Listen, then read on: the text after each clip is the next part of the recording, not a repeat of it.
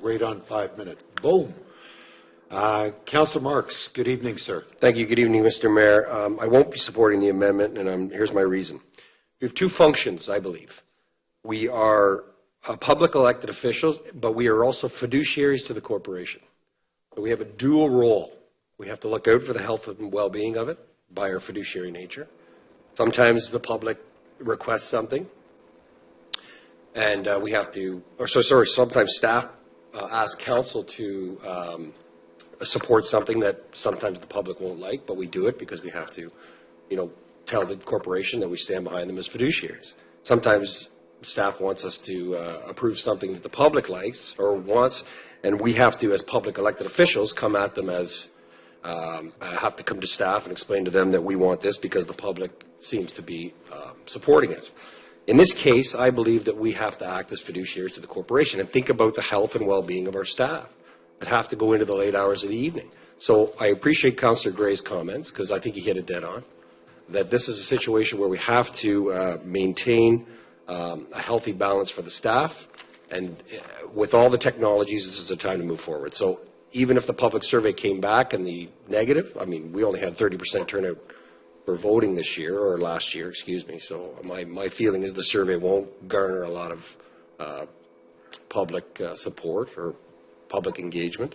But my feeling is that this is the time where we have to tell the public, even if they don't support it through the survey, that we're acting as fiduciaries of the corporation. We have to think about their health, the health of the employees here at the city. Thank you very much. Thank you very much, Councillor Marks. Councillor Marin Pietri, you have the floor, sir. That's fine, Mr. Mayor. Okay, so the amendment, Councillor Guyberson and then Councillor Kerr. Thank you. Councillor Guyberson? Yes, to the amendment. There was a question that was asked earlier, should the community have opportunity for input, which I think is what the intent of this amendment is. My response to that question that was put earlier is that they have. There has been, through our normal processes, community input has come in. I respectfully would note to Councillor Nicholson's comment earlier that it was not overwhelmingly opposed to the change. If you look at the number of letters, between the letters and petitions, the number of individuals who didn't support it was 16.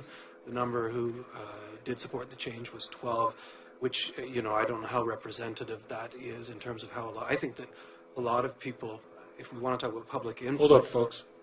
If we want to talk about public input, I use social media as a platform to dialogue with the public. I posted something on Facebook on this item, and I'll tell you the picture of me in a glowing circle at Brighton Mary Market swinging on that got more social media response than this item did. If it tells you just how engaged and interested people are in this particular matter, it did not light up a fury of debate and dialogue. In fact, it hasn't really seemed to have excited that much public imagination in general. And I don't say any of this with disrespect to those who find that the evening meeting works better for them. I'm sure that there are different circumstances for different individuals.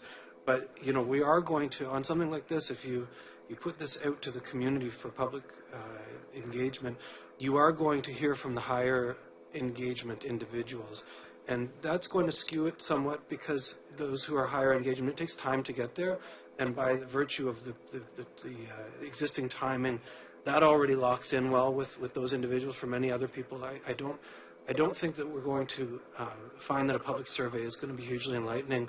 And really, if this is the grand solution to every decision that we have to make and deliberate on in council, then let's do Connect Oshawa public surveys for every single issue that we have to deliberate on, and just make all of our decisions based on online surveys where people can again skew them by driving individuals that already support. And this happens in all sectors with online surveys. They are not scientific in terms of the outcome and not just the outcome, but in terms of who goes to put input into that. You're not going to get a representative survey numbers on this, because those who aren't concerned, as Councillor Gray mentioned, for many people, for that silent majority, this doesn't excite their interest enough to even go to an online survey. There has been time for the public to weigh in, and we've had one delegation twice. You know, I think that that's quite telling. You know, and the public can provide feedback over the time of if we make this change, we can get public input on what is and isn't working and continue to, you know, improve the system as we move along. Thank you very much for your comments. Councillor Kerr, good evening, sir. You have the floor. Good evening. Thank you, Mr. Mayor. I just have a preliminary question. This discussion right now is solely about The amendment. whether we should have a public survey or not. Yes. I'm hearing a lot of comments that really address the main motion. So as long as there is, will there be an opportunity to talk Yes. about the main motion? Oh, yeah, very much so, Okay, sir. so I guess my only comment about the public survey at this point is much has been made about Facebook. But surely that depends on how many councillors actually follow Facebook and are actually aware of how many comments there are out there about this. If you're not on Facebook and don't follow it, you have no idea what's going on. So in my experience, I can tell you that through the feedback I've seen, the vast majority of it has been on Facebook because I do follow it daily. And the vast majority of that feedback has been against the change. The next feedback I get is in volume is by email. And I would say it's been about 2 to 1, maybe 3 to 1 against the change. And the last I get are phone calls. I've only had 2, and both of those have been against the change. So in order to get a qualitative input for all of council members, I think it's important that we do a public survey on this. I'll have some further comments about the main motion, but let's get the public, let's put it out there, and if nobody responds, what does that tell you? Maybe it's not that big a deal. But give the people the chance to speak, give the people a chance to say what they think, and then we have something to base some decision on. Because right now, I can tell you, if we get an issue out here where we have 200 people in the gallery about something, that talks to councillors. If it's a Planning Act meeting and no members show up, that says something too. It's not that big an issue, and the Planning Act piece goes through. So I think we should go to a public survey, and I'll have more to say about the main motion later. Thank you. Okay, so everybody has spoken in regards to it's the amendment. So I'm going to call the vote on the Recorded amendment. vote, Recorded please. vote, Madam Clerk, on the amendment. Councillor McConkie? Yes. Councillor Neal? Yes? Councillor Nicholson? Yes. Councillor Chapman? No. Councillor Giberson? No. Councillor Gray? No. Councillor Hurst? No. Councillor Kerr? Yes. Councillor Mayor Pietri? No. Councillor Marks? No. Mayor Carter? No. 4 affirmative, 7 negative. Okay. On the main motion, folks, just to let you know, it's 8:52 right now. We usually take a break at 8:30. I was wondering if we could get through this, but if you find that it's going on too long, I'll entertain a motion for a short recess. It is allowed under the procedural bylaws. So, Councillor Nicholson, I recognized you, sir, on the main motion. To say I'm disappointed is an understatement. Been around more years than some would like, maybe not as much as others would like. But I've never seen a council basically say, we don't care what the public has to say on this. I've never seen a council or a councillor get up and say, it doesn't matter what the public says. You know, that somehow the public is uninformed. Somehow the public can't speak its own views. Somehow the public is unengaged and therefore doesn't really care about this issue. I think you're wrong. I think the council does have a responsibility to engage with our public. I had a chance to look at the motions that are before us tonight. 19 of the items that are before us tonight involve public engagement before we actually got the reports. I'd love to comment on the pros and cons of this particular decision based on the report, but with all due respect to my colleagues, you didn't ask for a report. You didn't ask our staff of what the upside of the change might be and what the downside might be and how we could best judge and manage. You knew better than our staff, obviously, because you didn't want to ask them to provide us with the rationale of how it would impact their workload. I've heard a lot of comments about, staff, have to sit in council after 6:30 and they've been working all day. Well, let me turn that around. Now the staff are going to sit through a council meeting all day, not be able to reach out to the other people who are working on that Monday. Then they have to go, when we finish, have to go back to their offices and try and catch up. So to give this impression that somehow you're lightening the workload for our senior staff, I don't think you are. At the very least, it's not going to be any appreciable change because only so many hours a day a person can work. Whether they work during the day and a council at night, or they work at council during the day and they work at night, our staff will work their tails off to provide the reports we ask. So somehow this has been framed, I think deliberately framed, that somehow we're here to assist staff with this particular move, and I think that's just categorically wrong. And, there's been a perception that we're going to morning, that maybe more people attend because we have shift workers. Well, let me give you some facts, because we've had a lot of opinion. Let me give you some facts. There are less shift workers in Oshawa today than there has ever been. When I started in council, 30 to 40% of the people that worked in the city were shift workers. Most of them at General Motors and other feeder plants. Unfortunately, those shift work positions don't exist anymore. But we do have a new group that unfortunately is part of our study. It's the people trapped on the highway trying to get back from working in Toronto to get back to their homes to attend meetings. Well, if you're working in Toronto, you're leaving at 6 o'clock in the morning. You're not attending council at 9:30. And for those that have children, well, I can tell you what you're doing at 9, at 8:30, and 9:30 in the meeting. Get your kids ready to go to school. And you can't simply come to a council meeting, spend here all day not knowing whether it's going to end by 3:30, because by 3:30 you got to go back and pick up your kids. Well, a 6:30 start doesn't cause that problem. And I said earlier, the Oshawa Generals don't start their hockey games at 9:30 in the morning. Because if they did, they'd have 200 people attending their games. Because if they were lucky.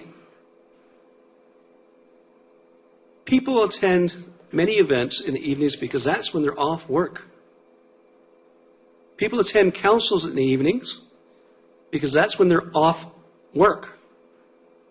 We should not be forcing our public to choose between working for a living and attending council. And that's what this motion does. It says if you really want to participate in your council, you have to take some time off work. Times are tough enough that asking people to forego pay to attend their council meeting. Now, I know in a lot of the reports we've heard these things, and we quoted 8 municipalities in the province of Ontario that have morning meetings at the lower tier.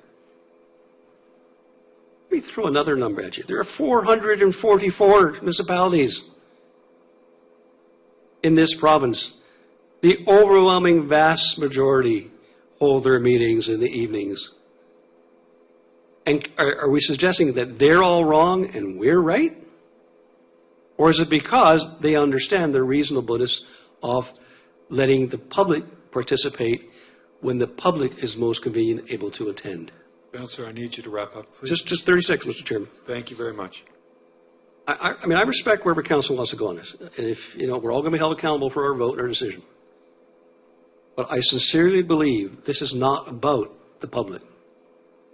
I sincerely believe this is not about the staff. This is about the comfort of councillors. And if that's the criteria for making this change, I hope you vote no. Thank you. Councillor Chapman. Thank you, Your Worship. First off, I want to disagree with what Councillor Nicholson's suggestion that supporting this and not listening to a survey means that council doesn't care what the residents think. Because each councillor has to listen to the residents in his or her own way. Some of them are on Facebook. I've seen some of the Facebook posts, and some of those people don't even live in Oshawa, and they're telling us that we shouldn't be changing our council meeting, right? Because somebody else has suggested to them that, you need to be my ally in that. Some of them have emailed us. Some of them have talked to us in person.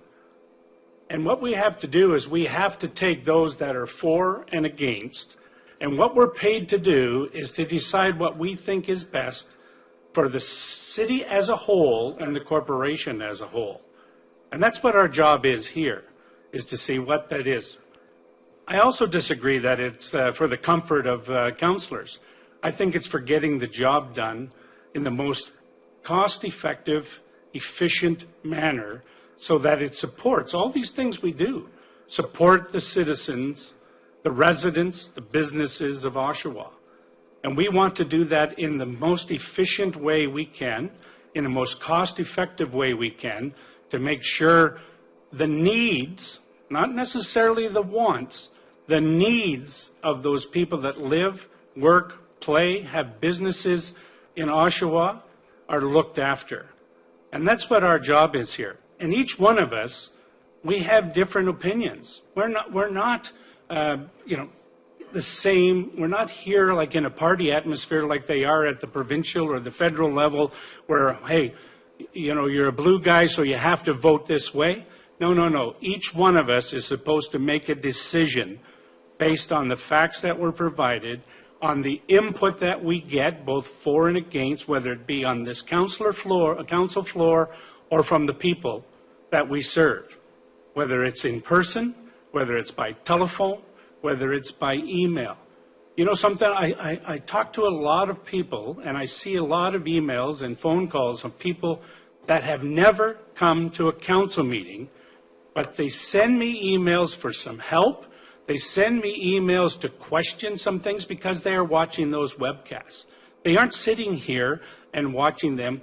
They're expecting me, like a lot of other councillors, all the other councillors in this chamber, to look after them or to tell them the truth and say, no, we can't do this for you for whatever reason. There's a policy, or it's not safe, or whatever the reason. Or yes, we'll move something forward to get staff to look at something in order to make life better or to make life safer in our community. That's what our job is. Each individual member of this council has to make his or her own decision based on the information that they have at hand. And my information tells me to support this tonight. Thank you, Your Worship. Thank you. Councillor Kirk. Good evening, sir. Good evening, Mr. Mayor, once again. I'll keep my comments fairly succinct in 4 areas. First of all, there's an essential difference between a municipal government and a regional government. A municipal government is grassroots in nature. A regional government is more business in nature. And I'm not saying that we don't conduct business at the city, we do. But the big difference is, if you look at our council meeting here tonight, this and other nights, for instance, when the hockey or the Sports Hall of Fame comes in with their inductees, it's a civic event. We don't have civic events at 9:30 in the morning during the week. We might have it on the weekend. But this is the essential difference between municipal and regional government. It's a combination. Secondly, much has been said tonight about the cost of doing business. Correct? We should be mindful, and I believe the phrase was fiduciary responsibility. The Councillor Mark said, yes, we should do that. But you know what? There's a difference in cost between doing business and between doing public business. And municipal councils are a public business. They should be open to as many people of the public as possible. Somebody said about the 4 meetings scenario that we're going to have more. Okay, call another special council meeting. That's okay. If we need to catch up, let's do that. If somebody says, oh, you guys are going to slack, you'll have left, what are we paying for you? Less meetings per year. No, we have all kinds of special council meetings. We can catch up. We can stay on top. So I'm going to close with this.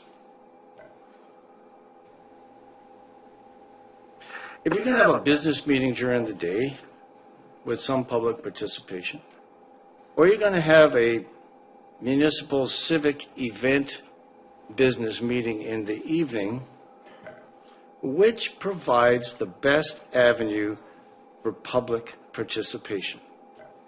We hold all of our public meetings in the evening. Why? Because we know we're going to get the greatest amount of public participation. I rest my case. Thank you. Thank you very much, Councillor Kirk. Councillor Giberson. Thank you, Mayor Carter.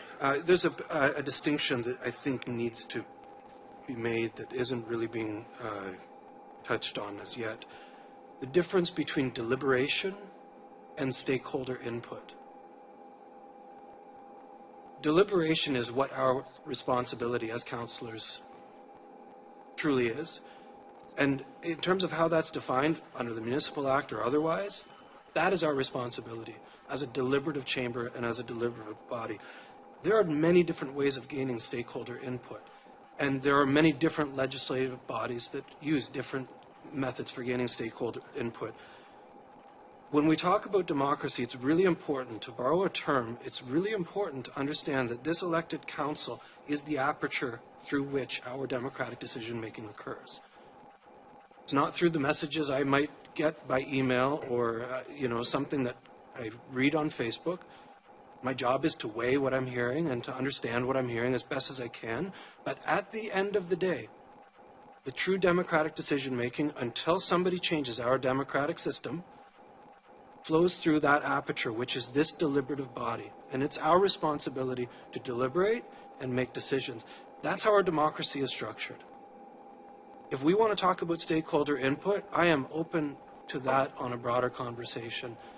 It was actually lower than the number Councillor Marks cited. Unfortunately, it was under 24% turnout in this last municipal election. As far as I'm aware, that might be the lowest or one of the lowest in recorded history for this city, which is sad. But, if we're going to talk about the need for public input, then let's have a fulsome dialogue without entrenching ourselves and saying, well, the way that we do things right now is the only way to be democratic. The way that we do things now is the only way to be responsible to the public and to the members of this community. We can be looking at how we format public meetings. Right now, I would say that there are some flaws to the existing format. We've had cases where our bylaw says that somebody is supposed to go to committee and speak. And we make exceptions. If they can't make it to committee, we let them come and speak to council. There was a meeting a couple of months ago where there was an individual who sat in the committee chamber, didn't make a delegation, and then showed up at the council chamber, and we had to waive the rules to allow that person to come and speak. And I'm not saying that to be rude to that individual, but here we are, just trying to grasp what our own rules and bylaws and procedures and best practices are on hearing from the public. And we're not even, working within the confines that we've set for ourselves. Obviously, there needs to be discussion on how do we continue to improve how we hear from the public. But it's very important to understand that there is a distinction between our deliberative responsibilities and the different ways and how we hear from the public. And I don't want that to be lost here. We're not crucifying democracy. And in a year from now, if we find that this change doesn't work, we have the mechanism to switch back and go back at it again and see if there's some way of tweaking the system. I really think that we need to understand that the right or wrong choice in this, as with many of the decisions we have, there's no clear-cut right or wrong choice.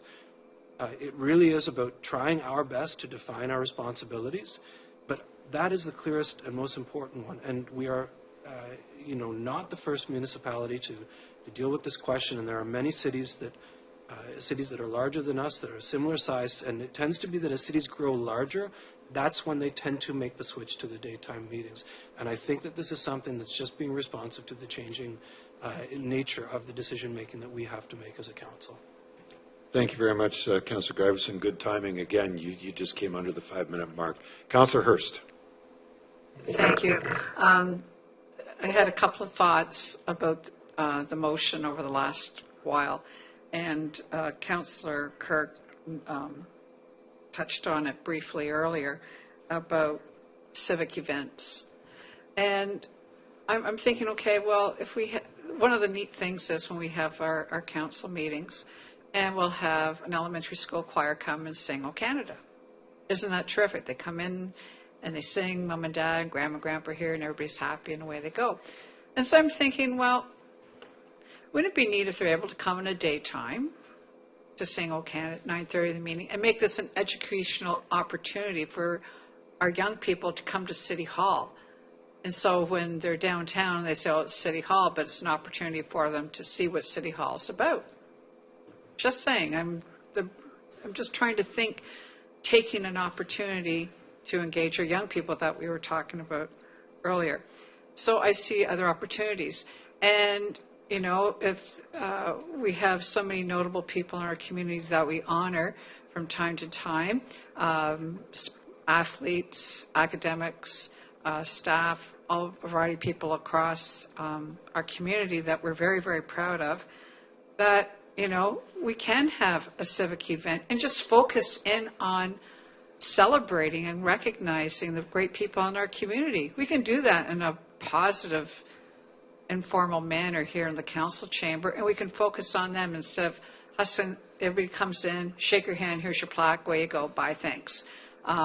Basically, that's sometimes what happens inadvertently because we have the business of the city to go on. So I'm just trying to say that we have an opportunity here, just kind of change how we celebrate and recognize our folks in our community as well. So that's all I wanted to add to the conversation, and I appreciate the thoughts that have gone ahead of me by Councillor Giberson and Councillor Chapman. Thank you. Thank you. Councillor McConkey?